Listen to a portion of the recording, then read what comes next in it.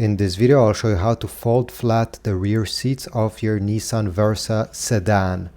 So what you need to do over here, you see on each corner of the rear seats, you're going to find one of these pins that you need to pull up, and at the same time you're going to bring the seat back. By pulling the pin up, you're going to release the seat, and you may have to push the front seat a bit forward to have more space. Same thing on the other side. There's the small pin.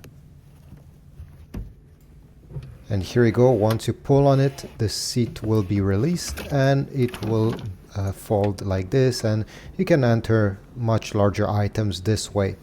Now to put them back, you just have to slam them and make sure that they clip in place, okay? Use the headrest to make sure that they don't fall down by themselves. If not, it could be very dangerous.